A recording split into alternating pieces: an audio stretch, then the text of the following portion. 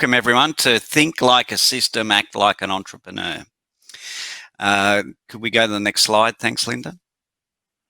Acknowledge. Today we stand in footsteps millennia old. May we acknowledge the traditional owners whose cultures and customs have nurtured and continue to nurture this land since men and women awoke from the great dream. We honour the presence of these ancestors who reside in the imagination of this land and whose irrepressible spirituality flows through all creation. That's from Jonathan Hill, an Aboriginal poet living in New South Wales. Well, hello everyone. My name's Dr. Louis Atkinson and I'm a systems thinker. And with me today is market strategist Linda Ginger. Today in the Linda Show, you'll hear about three things: how to think like a system by having a better understanding of the market systems can increase the chances of your innovation success; about the MEIS research project, big data, machine learning and data science to create a virtual market systems to accurately predict whether the innovation that you have is likely to live or die; and finally, what do you do about it? How to act like an entrepreneur by applying practical proven strategies discovered from this research and unleash your entrepreneurial superpowers to disrupt markets. Now I'd like to introduce you to Linda to tell us more about the MEIS research project.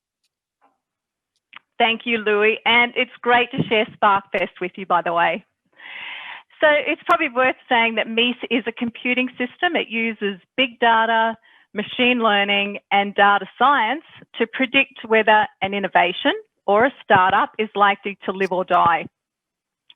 It was founded on some ongoing quantitative research way back in 2006. And the acronym, so it is an acronym, stands for Market Acceptation Simulation Engine. And I'd like you to think of it like the Watson for innovation. So before I discovered MEIS, I had grown increasingly frustrated with the traditional approaches to actually understanding a market, particularly in the context of finding and launching new ideas. And I guess it's changed my 20 plus years of corporate thinking because it is so counterintuitive, but it's actually founded on causation, and it's backed by 14 or more years of scientific rigor and real-world quantitative outcomes. Its statistical confidence is 95%, and I can personally attest to the successful outcomes that startups and corporate innovators have actually got from the guidance of MEIS. There you have it. Entrepreneurial thinking, not corporate thinking. Fascinating. Now, Linda, has there been much research done on innovation failure? There has actually been some research, Louis, and all agree there are three sort of major factors that contribute to innovation failure. One is external, which is the market. The next is internal, so it's about the team and management, etc. And then thirdly, but not last, technology risk. And it's the external risk or the market that is what everyone agrees is the major contribution to innovation failure. But it's not until we've actually had access to a much larger database that we know that the market, that external risk, actually contributes 77% to innovation failure, which is, 20% higher than what had previously been thought with those smaller sample-sized research projects. So I see, so far, just said about correlation. We haven't spoken about causation yet. Now, this is where I know you're a real researcher, Dr. Louis. So simply knowing that the market contributes 77% to innovation failure does absolutely nothing for startups or even, corporate innovators. It doesn't actually help them, increase their survival rates. It does, however, give a very passionate researcher the focus And of course, it's a long research journey to find causation and hopefully find that quantified solution. Because let's face it, Louis, innovation failure is a big global problem. 90 to 95% of startups fail across the globe. And even in new products, particularly in the consumer packaged goods industry, the failure rate is around 85%. Very statistics, Linda, for a startup entrepreneur and founder. I think we're all keen to hear a bit more about both causation and the solution. Tell us firstly more about the system simulation research. Yeah, so the system simulation research is really MEIS, and it's this quantitative research to prove the research hypothesis. So, you asked about the background of the research, Louis, and no doubt you've heard of the term standing on the shoulders of giants. And this is how I'd actually describe this research.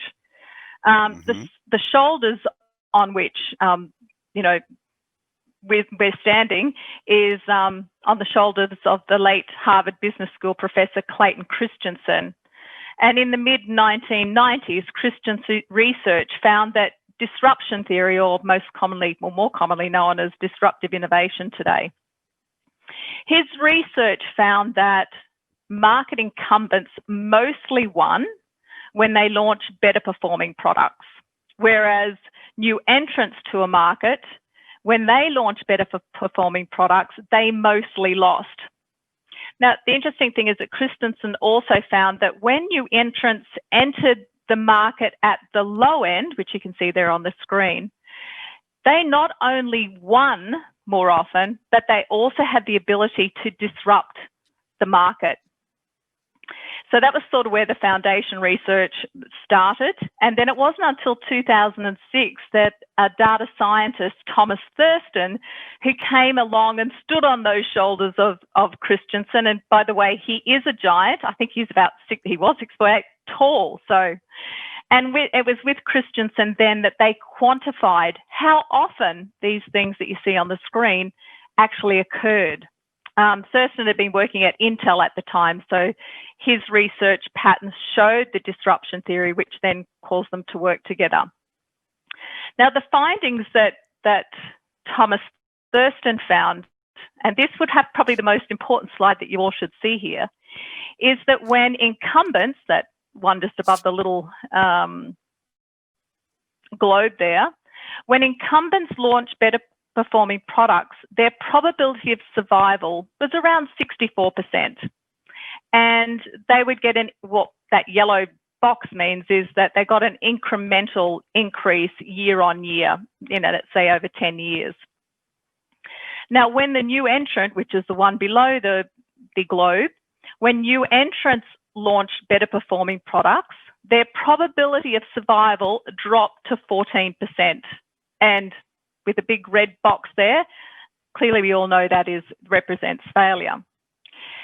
So, and the new entrants, however, the statistics, when they launched into a low-end marketplace, their odds of survival rose dramatically up to 66%, so higher than an incumbent. But the most important thing is this beautiful green box that you see there is really what we would call a disruptive profile. So they're the sort of profiles that you would love to get from MEIS, put it that way.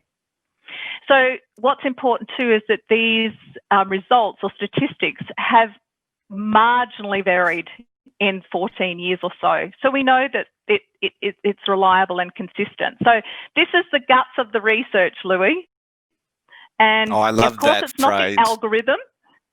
It's not the algorithm, but it provides a simple view of, or to the audience as to what happens in a market system. And that's what this is all about and why I love your systems thinking. Now, the causation is that the competitive response by incumbents and their power in the market is what actually causes, new entrants to fail so much.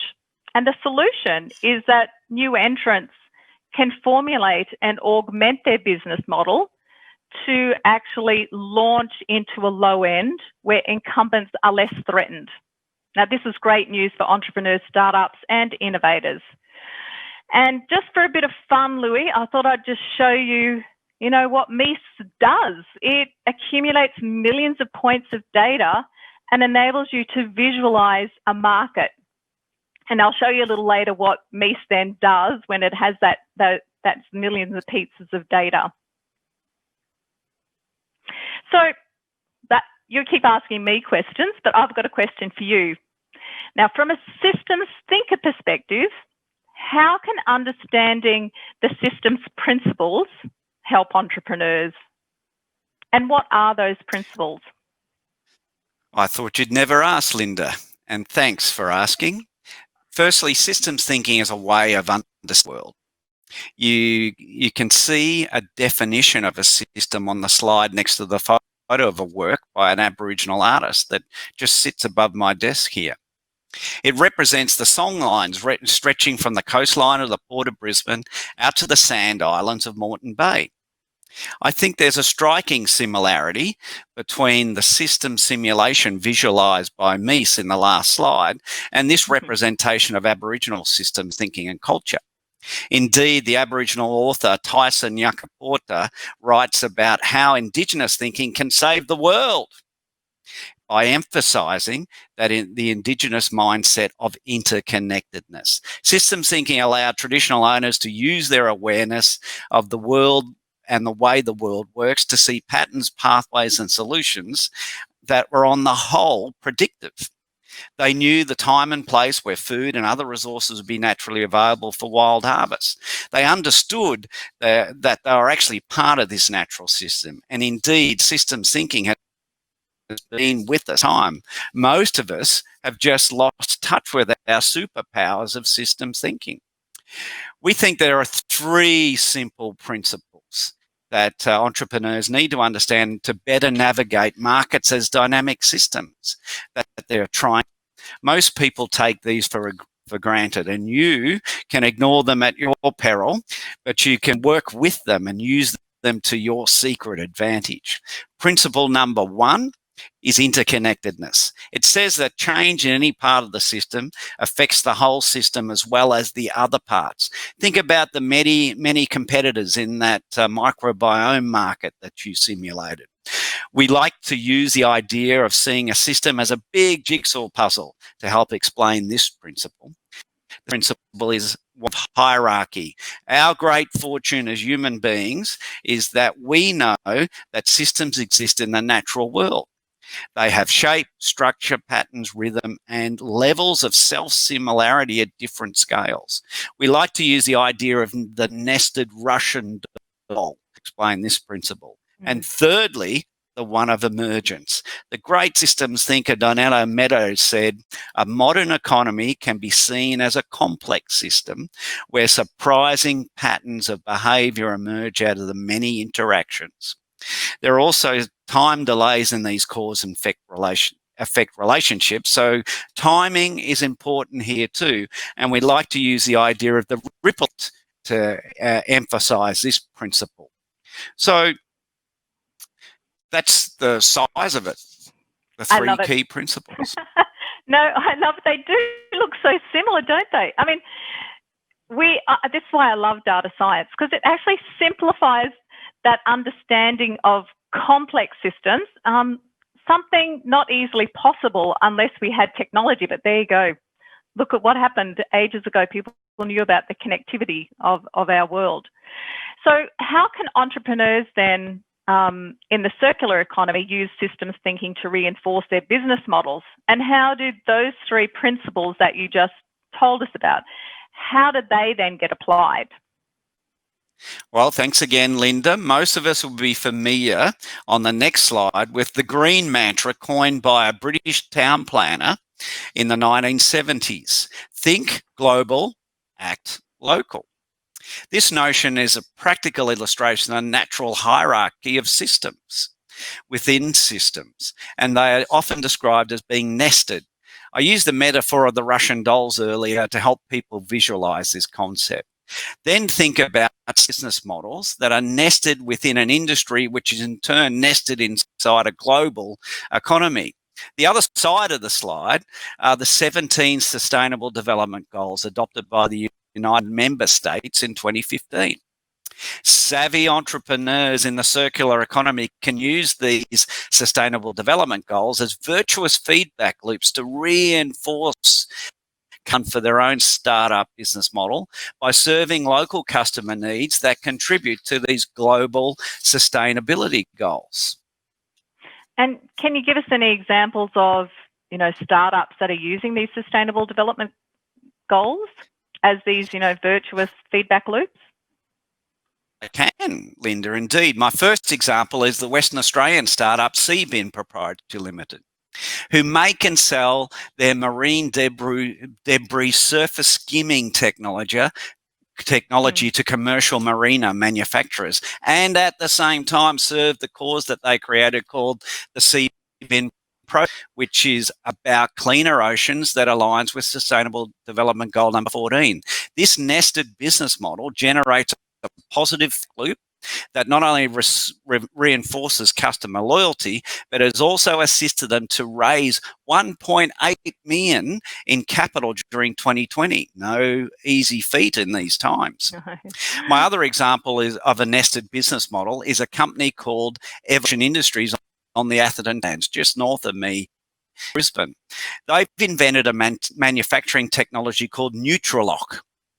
And it's a low-cost way to convert waste and excess produce, fruit and vegetables, into high-value functional food powders, and at the same time serve the fight food waste cause that aligns with multiple Sustainable Development Goals. So again, we see yet another positive feedback reinforces customer loyalty in the minds of health-conscious consumers. Yeah, amazing example, Louis, and well done to those startups. It's incredible. Now back to you, Linda. You said that once the base data was collected, the research had to continue to ensure solutions were statistically reliable. How's that done, and where is it at right now, Linda? Okay, to answer your first question, Louis, how is it done? So the beauty of data science is that it gives us the ability to pool those millions and points of big data to create the virtual marketplace that I showed you earlier. And it also enables us then to simulate scenarios and so we can make predictions, which then compare in the real world. Now, I don't know about you, Louis, but I'd rather fail in the virtual world than in the real world. So it does actually give us that ability to be able to test and see whether scenarios will either win or lose in that virtual area. So what I'm about to show you is, you'll see on the screen, I'm now going to show you something that will blow your socks off. I'm going to show you just one little scenario of thousands of scenarios that you'd run in this virtual marketplace to actually get a prediction.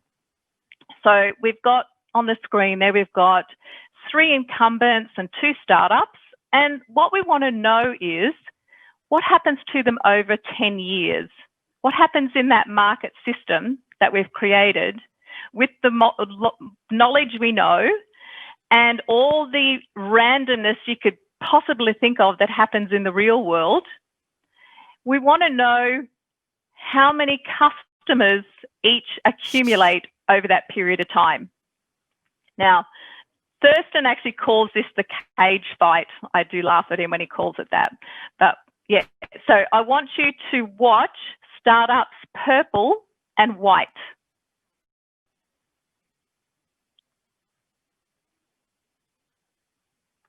An entrepreneur's life flashing before their eyes. That's right. Purple comes out of the gate and white wins. It crosses 2 disruption lines of an incumbent and even a startup that was in the purple one. So, yeah, so this is just one scenario of thousands of scenarios that will run for that one idea. And at the end of those running of the scenarios, which takes about 2 to 3 hours, depending on how complex it is, you can even run 1 million if it's really complex. it will then produce a prediction. And so in this case, Mises predicted that startup number 2 has a 64% probability that it's going to survive into the 10th year, and it's got one of those fabulous disruptive profiles that I'm sure any venture capital firm or any innovator would love to have as their own. So let me get this right, Linda. Data from the past has been used to find the cause and the solution, and then has been applied to predicting the future across a horizon of 10 years. You've got it in one. So once a prediction is made, the researcher has to hang around long enough to see what happens in the real world to calculate then the prediction accuracy, because we want confidence that, you know, this solution is going to solve the cause. So that's what we're really shooting for here. So Mises' accuracy over the last 14 years, having run thousands of predictions, is that you'll see there's 2 bar graphs there. The one on the right is where Mises predicting an innovation will fail. Its accuracy is 84%. Where on the one on the left, where Mises is predicting that it is likely to survive, its accuracy is 67%. And, you know, completely wrong 33% of the time. Now, you may not think that is, or you may think that's a poor result. However, and you'll see it there, in the real world, as I mentioned earlier, the best it is in the real world is 10 to 30% survival. So with using the guidance of Mises, knowing its imperfections, there's a margin of error, we are more than doubling the accuracy of our innovations. So it really is making a massive difference. Now, you also asked, where's the Mises research at now? So it just continues. I mean, hopefully, if we continue collecting data, or it keeps collecting data, we can actually, you know, move the needle even further, and it becomes a lot more accurate. But at the moment, it's being used by an early stage Silicon Valley venture capital firm, W.R. Hambrick, and also a number of global Fortune 500 companies, you know, in the endeavour to improve its accuracy. But of course, the knowledge is available to all of us, like such as we're here at SparkFest learning about this.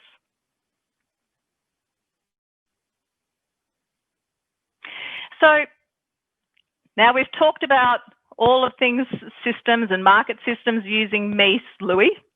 How do you see entrepreneurs using this knowledge in their everyday, you know, strategy and planning? Well, they can unleash their systems thinking superpowers and reflect on this particular program that I'm sure most entrepreneurs and startup founders will be familiar with, the business model canvas. Experienced canvas users would know that there's much more to the business model than filling in the 9 blank spots. Indeed, at a meta level, the canvas defines how your business creates desirability in the minds of customability in terms of the ability to deliver to customers, and of course, the ever important viability. Can we actually make money out of it? The business model canvas is actually a map of your business as a system, but only at a point in time. Very important on that. If you're about the canvas like you would a big jigsaw puzzle, the 9 boxes are pieces of your business that you need to be shaped in the right way so they fit together in a pattern that's mutually reinforcing. Each of the 9 pieces are interconnected, and they need to work together effectively to reflect the logic of the business. Successful entrepreneurs understand their customers and the jobs that their customers need to get done. So entrepreneurs configure these pieces of their business model jigsaw into the right pattern to deliver the right value for the right at the right time. We see these unique patterns and translate them to competitive advantage. But remember, in Linda's earlier slide, the reality is customer needs change over time. Serial entrepreneurs, the survivors, understand the effects of these changing market dynamics and in terms of feedback loops and how they impact the interconnectedness of the pieces of their business model. And the concept is what's now the pivot.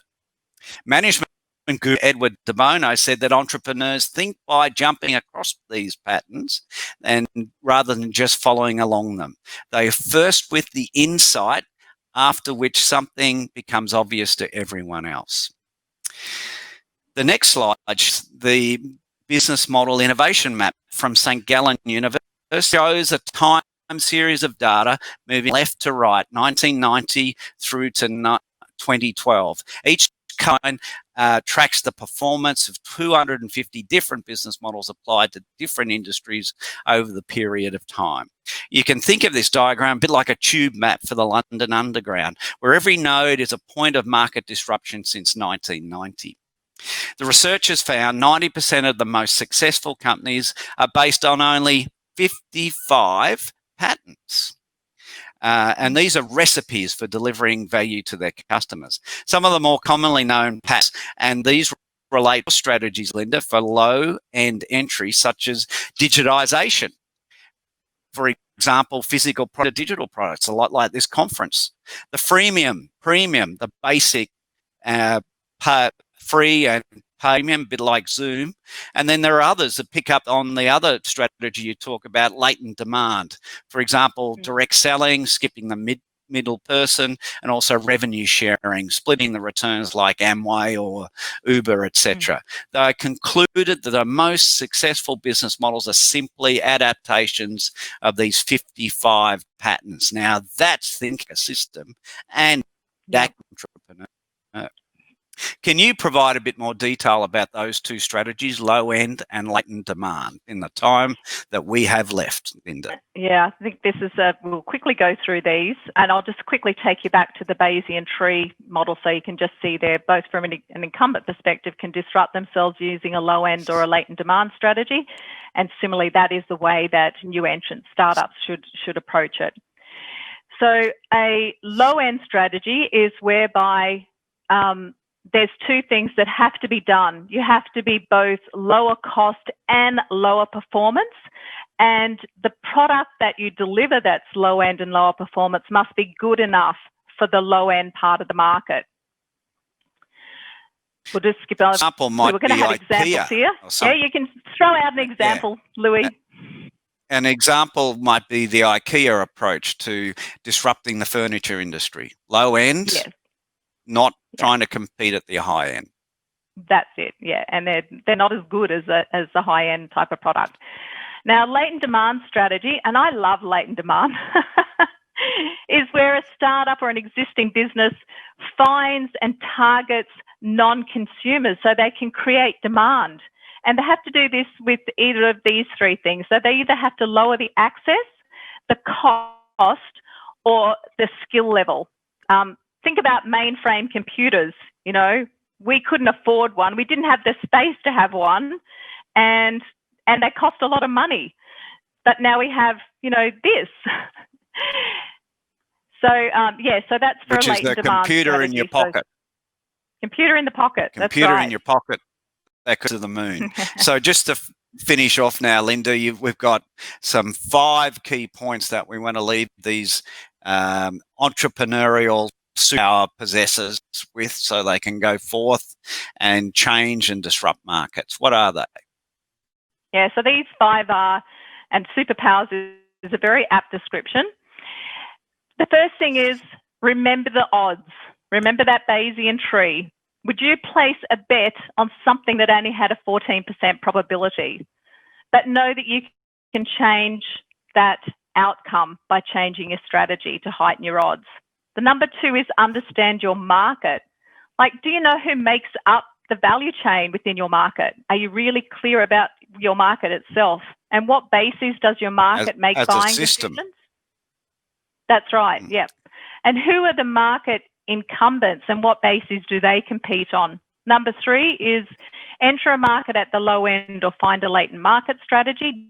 Do not go head to head with an incumbent because they will win. Number 4 is launch with an offering that is good enough So minimal viable product for the low end. Think single feature rather than thinking multi-featured, and go to market as soon as possible. And number 5, many of you heard of this, apply lean startup, so you can learn and improve your offering over time. So you can create new value for your market and potentially disrupt incumbents. Last slide.